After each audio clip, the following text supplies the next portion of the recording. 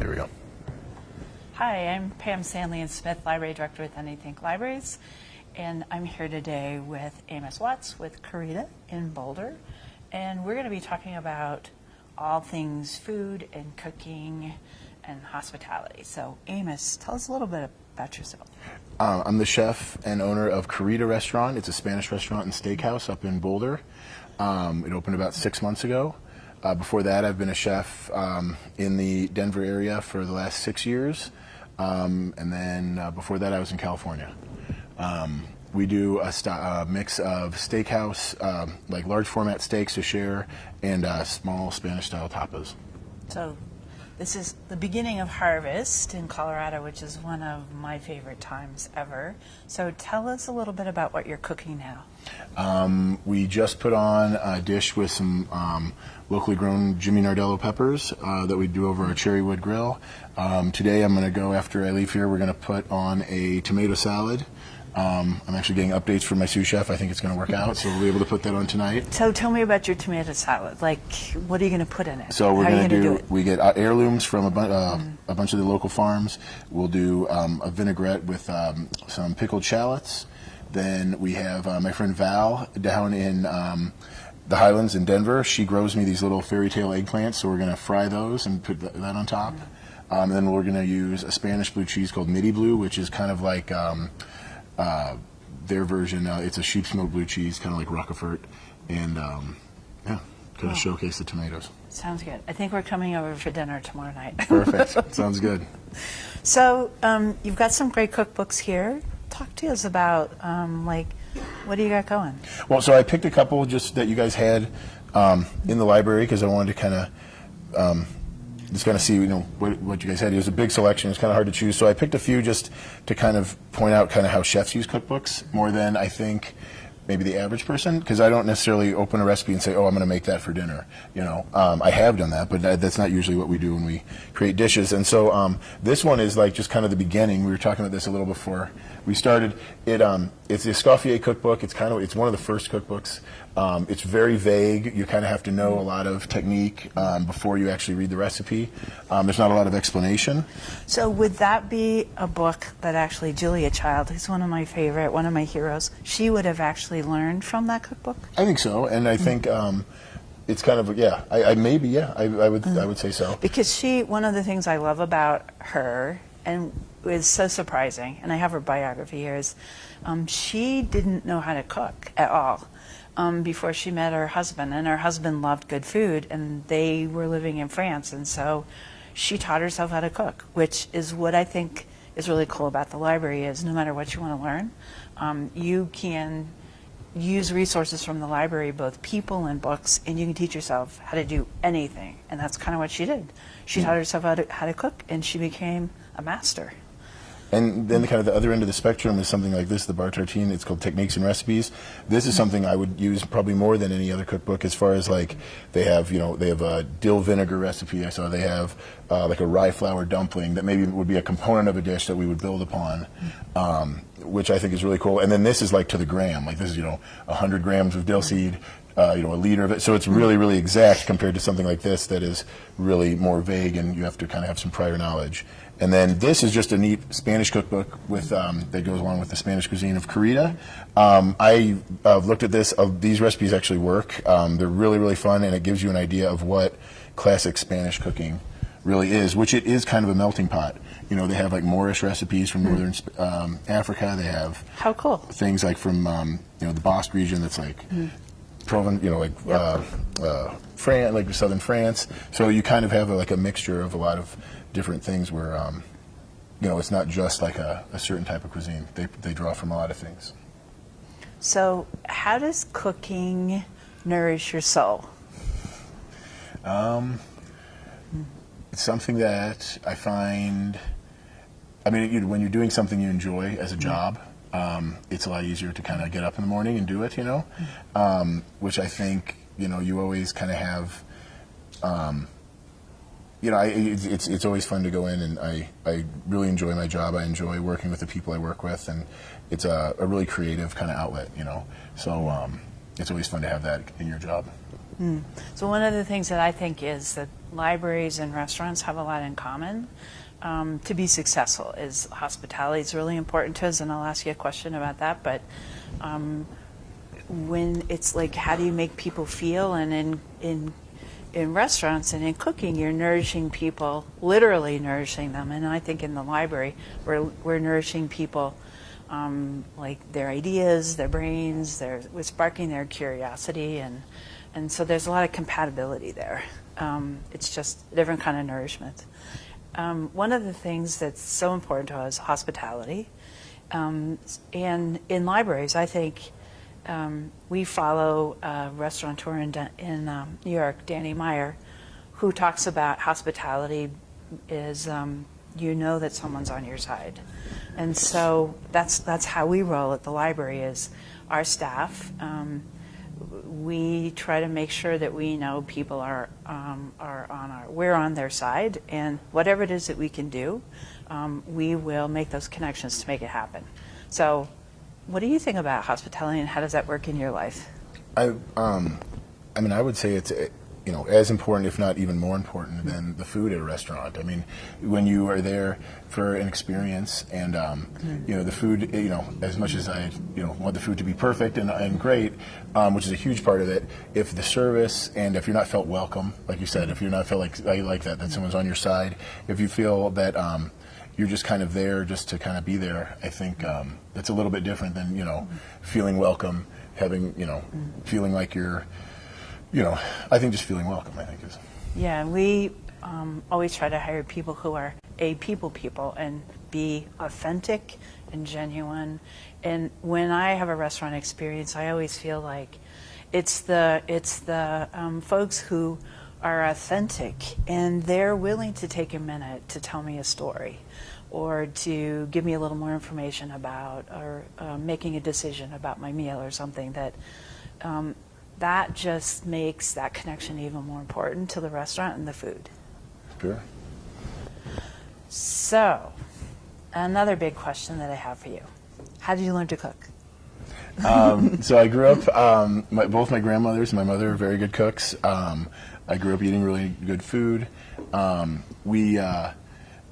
decided pretty much after high school that a regular college degree wasn't for me, so I started cooking in restaurants and found that I really liked it, and then decided to go to culinary school.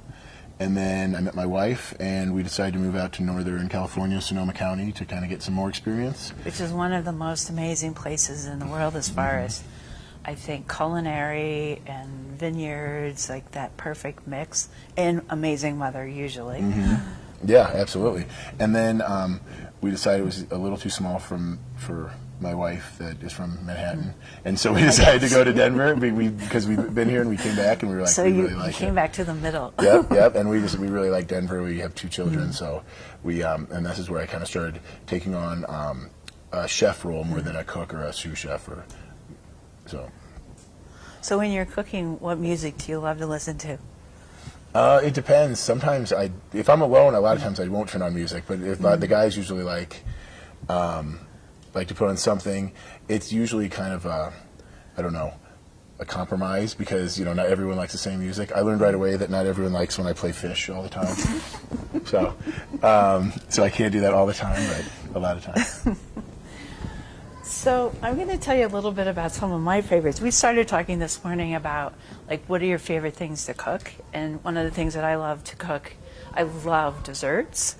So I love baking pies, but I'm veering to cakes these days. But one of my favorite folks is 2 of them. Deb Proman with Smitten Kitchen, because her books, do you know her books? She creates recipes that are really simple because she's in New York City and she has one of those little tiny New York kitchens. So her recipes are always pretty simple and straightforward. And one of my husband's famous recipes out of this book is mushroom bourguignon, which is, it almost tastes like real, like beef, but it's basically mushrooms, onions, etc. And then Ruth Rachael is another one of my heroes. These are this is one of my go-to cookbooks. Her Yellow Gourmet book that Ruth Rachael's pancakes. Oh my God, Ruth's pancakes. A lot of butter, but delicious. And then her green cookbook is a little healthier. And this was the book, My Kitchen Year, that it's almost like a diary of how she got through the year after Gourmet shut down in Condé Nast. And so her entire world, I can't imagine after working in an industry for like 20, 30 years, and then all of a sudden it's over, kind of. And so she gets through the year by cooking. And then she created this book, which I love. So to me, cooking kind of nourishes my soul. After I've had a hard week or something, if I just hang out in the kitchen and listen to music and make a meal for my family or for friends, that's like the best thing I could possibly do to kind of put myself back together. Now you're on the other side of the fence, which you do this for a living. Mm-hmm. But what does cooking do for you? I still enjoy that same aspect of it. I think like it's really fun to have friends over and make a meal. It's easy to kind of fall into the let's just throw everything on the grill kind of thing, which is still fun, But my daughter really likes to cook with me. She has the attention span about 3/4 of a recipe, though. So she'll get really excited about making bread, and then it gets to the point where, like, the hard work, and then I'm like, okay, I'll finish it. I remember, we tried this with sushi. She's like, got all excited to make sushi. I brought some fish home from the restaurant. We soaked the rice. We did everything right, and it was about time. She's like, okay, I'm done. I'm like, okay, let's follow through, a little follow through. But it's good. It's so that's always fun. My son does not really like to cook that much, but he definitely is less picky, and it's fun to... I think this time of year we were talking about favorite things to cook. This is one of the more fun times because we have some fall stuff coming. We have a lot of our tomatoes and things are getting really, really good. And at the restaurant, I was I think I was showing you an email just that we get these emails from our purveyors that some of the smaller farms. It's like, oh, they have broccoli rabe this week. Okay, what do you want to do with that? And that is kind of what I enjoy, that part of it right now. Instead of thinking, okay, I want to get this and I want to do a dish with this, kind of like maybe reversing it a little bit and thinking, okay, I have these ingredients. What do I want to do with them? So, my perspective is Colorado, living in Colorado, we have this abundance of amazing food. And we do have winter here, so it's a little sparse then, but harvest is one of my favorite times. And besides your tomato dish that you're doing tonight, what are some of your other favorite things as we move into the fall season? What are you going to be looking for? We'll do beets, and we'll roast them with the coals of the wood fire, so they kind of get smoky. Carrots are always really fun to play around with because it's kind of almost like a neutral vegetable. You can put a lot of stuff with, whether it's vinegary or sweet or we do. What else? Going into the fall, that's always a challenge because we do have a decently long winter. Stuff doesn't really start coming back till around May, so it's always a fight to not have 4 dishes with butternut squash on it or something. But we'll do kind of that more hearty braised kind of stuff, and people tend to eat a little heavier in winter too, which kind of makes things maybe easier to taste better. Sometimes. So, what's your go-to comfort food? My go-to comfort food? I wasn't ready for this question. I think, honestly, I really like homemade bread and butter. One of my favorite food memories is my grandmother would make the buttermilk bread recipe out of a book called Beard on Bread, and it was James Beard, and it was really, really good. Every time we'd always ask her to make it, and when that's toasted with butter, it's just about the best thing ever. So, yeah, I guess that would be my... I love bread, too. And we were talking about good bakeries. I think we're starting to get some really great bakeries into the region as well. When I was in college, I was kind of a co-producer, co-owner, so to speak, of a food co-op. And it was very funky. But one of the things that I did is I baked bread. And I invented this bread that included yogurt, sesame seeds, whole wheat flour, and I would bake this bread. I'd bake 4 loaves or 8 loaves, and I would sell it for $0.25 at the food co-op, which the ingredients probably cost 10 times what I was selling it for. But there's a quote that I love, which is a proverb: if you have 4 loaves of bread, sell 2 and buy hyacinths for your soul with the other two. Okay. You ever heard of that? So I think there's always that thing of good food, bread, nourishment, stories, people. That's one of the things I love about libraries, is that we're all about stories. And I think when you combine good food and stories and good people, you've got your three-legged stool. There's a lot of books when I was going through on bread making, and I think that's one of the things that, like, bread is getting better and better. And I mean, I've had bread from people's houses that I didn't believe them. I thought they bought it from a bakery. And, you know, and just following a recipe, and that's, you know, that is something I will follow a recipe for, you know, and not improvise too much when I'm, you know, because it's more of a science, I think. And yeah, that's something I really enjoy baking at home, and I think it makes a huge difference. Like a fresh bake, you know, if you bring a big fresh baked loaf of bread to a Thanksgiving dinner, like, you're kind of the star sometimes, you know. You kind of, So one thing that I've discovered is really, when it comes to especially bread or baking, is the flour. You've got to really be picky about your flour, don't you? At least that's what I think. I think so. Yeah, I like that. I mean, I like King Arthur flour that I can get. Yeah, that's my favorite. We'll use Central Milling and Justos at the restaurant. Those are two ones that we get from those are really nice. And then there's really cool flours like I've seen, like einkorn, which is like a kind of a precursor wheat that they grow in like northern Italy. And there's like farro, and there's a kamut. Like, there's a bunch of different flours now that, like, are available, like, pretty easily, that you can kind of experiment with as well.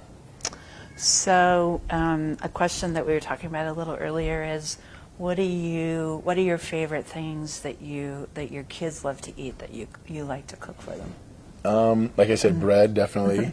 My daughter likes raw vegetables and grilled meat, so that's an easy one usually. And my son is more open. He likes fish and things like that.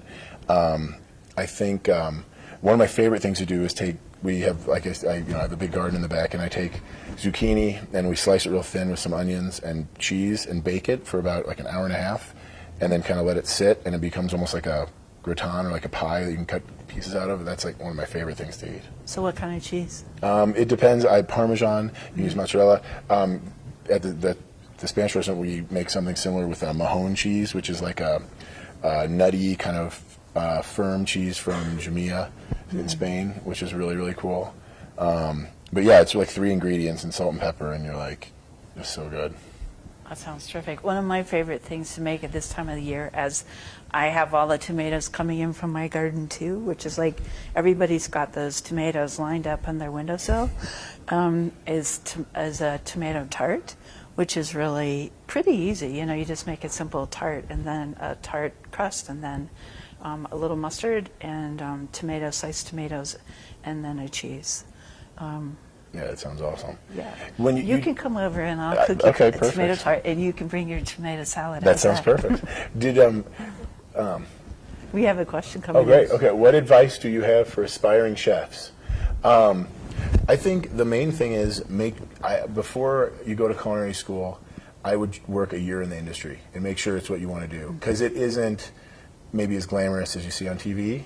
I mean, it can be, I guess. It's hard really work. fun, but you're not going to go in there and start creating dishes. You're not, you're going to be peeling carrots and washing equipment and things like that. And so, that it's and I still do that. I mean, you know what I mean? So it's like, it's not, you never really leave, so I don't do it as much. But any of my cooks looking at, they're like, no, he doesn't. But but you just make sure that you really want to, because it's a physical job. It is a pretty demanding job, but it can be pretty rewarding. But it does take a little while to pay off. And you think at first you know everything, and then you realize you don't. And then, I mean, I've been cooking for now, I started in 1999, so 19 years, and I'm just now owning my first restaurant. So something at Anythink, we're 9 years old this year, and so I keep telling people, like, we're just in 3rd grade. And we just have so much more to learn about, making really great libraries. So I would imagine that's kind of how you feel as a chef. Sure. Yeah. I mean, you're older than 9 years old. Yeah, I'm a little bit. Yeah, exactly. I'm like almost in middle school. No, I don't know. Yeah, I mean, of course, you have to learn a bunch, and I'm learning about owning a restaurant, and managing people, and it's a different skill set once you get to a certain point in your career where you're a sous chef, which means you're like the assistant chef, and you're doing a lot of the like day to day, and the day to day managing and stuff. Where then the chef, it's like a more broader picture, Right. So I think it's time to kind of close up. can I ask you a question? Yeah, So, you can ask me a question. Okay, good. So I was wondering, you bake a lot and you make cakes and things. Do you find with the altitude that you have to adjust recipes very much? Yeah, I actually don't very much. And I know there's all of those recipes out there in the high altitude baking and everything. But sometimes I will maybe put an extra tablespoon of flour in, maybe like increase the temperature a little bit. But you never like baking soda or anything? You don't feel? I stick to the recipes, and I find it's pretty successful. I watch, sometimes it has to cook a little bit longer to make sure that it gets cooked through, but I personally don't. Maybe it's because I learned to bake here that it feels more comfortable here. Like I lived in Florida for 10 years, and I never got Florida down, but Colorado, baking here is great. That's good. I've had some pound cake nightmares before, so where they explode. Oh. So I was curious. Yeah, I haven't had those happen. What's your favorite dessert? Ice cream. Ice cream. Do you make it? We do. We make our own ice cream there in Wow. sorbets. And it's pretty easy, actually, isn't it? We use what's called a Paco Jet, so it's a little different. It's this really high-speed food processor, and we take the ice cream base unspun, okay, so just the anglaise or the custard base, put that in the canister and then freeze it, and then it moves so fast that it makes a really creamy ice cream. Wow. It's really, really cool. It's neat, and we can change up the flavors a lot, and it's really fun. I'll tell you what. You can make the ice cream. I'll bake the pie. How's Perfect. that? Perfect. And peach pie, there's nothing better than that Palisade peach pie this time of year. It's to die for. So I think it is time to wrap up for real now. And Amos, so thank you so much for being here Thanks for today. having me. This This was a was really great fun. chat. And for you out there, this is the best time of year to cook. So come to the library. Check out some really great books, and go visit Amos at Corrida in Boulder. Yeah, it's on 10th and Walnut. Perfect. Thanks.